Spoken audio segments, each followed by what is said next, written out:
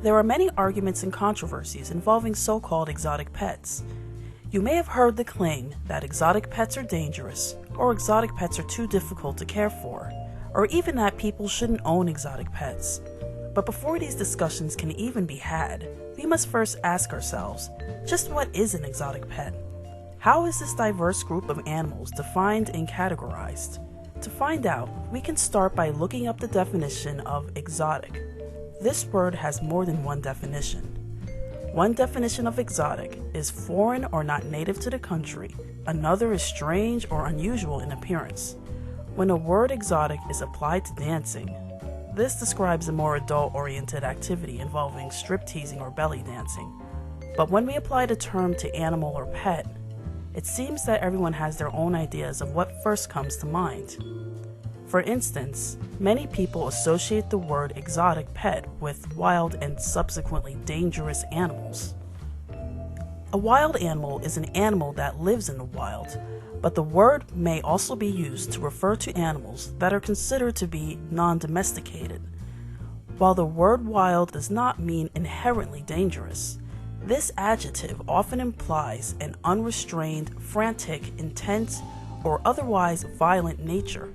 Therefore, we associate the word wild with dangerous, and when applied to animals, it denotes a dangerous animal. This is not logical, however, because not all wild living animals are dangerous, and when people interpret exotic animal to mean wild and dangerous animal, it leads to erroneous conclusions about animals in general. There are some dangerous domesticated animals that are not exotic, and there are some completely harmless wild animals that would be considered to be exotic when kept as pets. So defining exotic pet or exotic animal as wild or dangerous not only doesn't match up with any dictionary's definition, it simply doesn't work. Neither do blanket statements such as exotic animals are dangerous or exotic pets threaten public safety. For consistency, the word exotic should never be applied to behavior or a potentially injurious nature. That leaves us with defining exotic as foreign or unusual. So, are exotic pets non-native pets? This definition also fails because, while many exotic pets, when applied to those of us who live in the United States, are foreign species such as hedgehogs, monkeys, and most parrots, there are also pets that are native to the United States, including the Virginia opossum, raccoons, garter snakes, red foxes, and even a ring-tailed cat. Those species would certainly be seen as exotic, so we can safely conclude that an exotic pet isn't just a pet that isn't native to the country one lives in. So how can we define exotic pets then? Veterinarians have a very broad method of defining exotic pets. Basically, they consider any animal other than a dog, cat, and perhaps common farm animals to be exotic. The vast majority of conventional vets will not even see your pet ferret, rabbit, or hamster.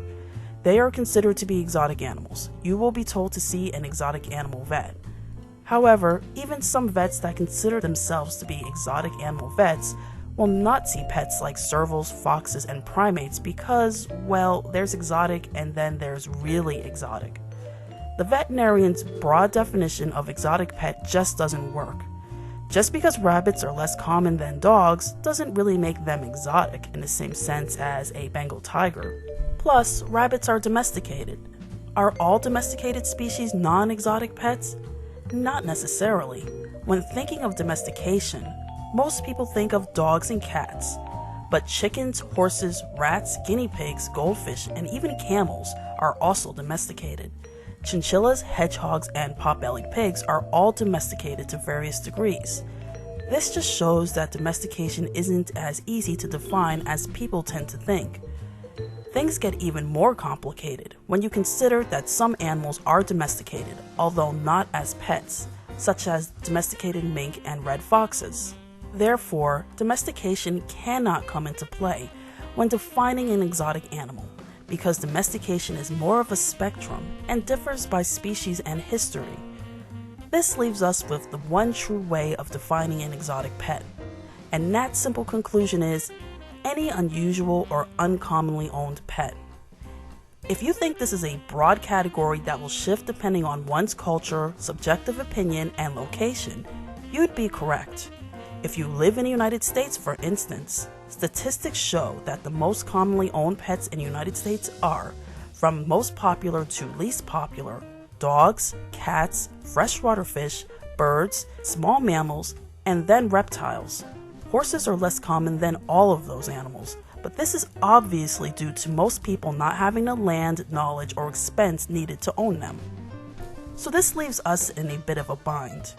If horses are less common than birds and birds are exotic pets, are horses exotic pets too? Not really, as horses, despite not being owned by as many people, are considered to be more traditional pets, along with other farm animals.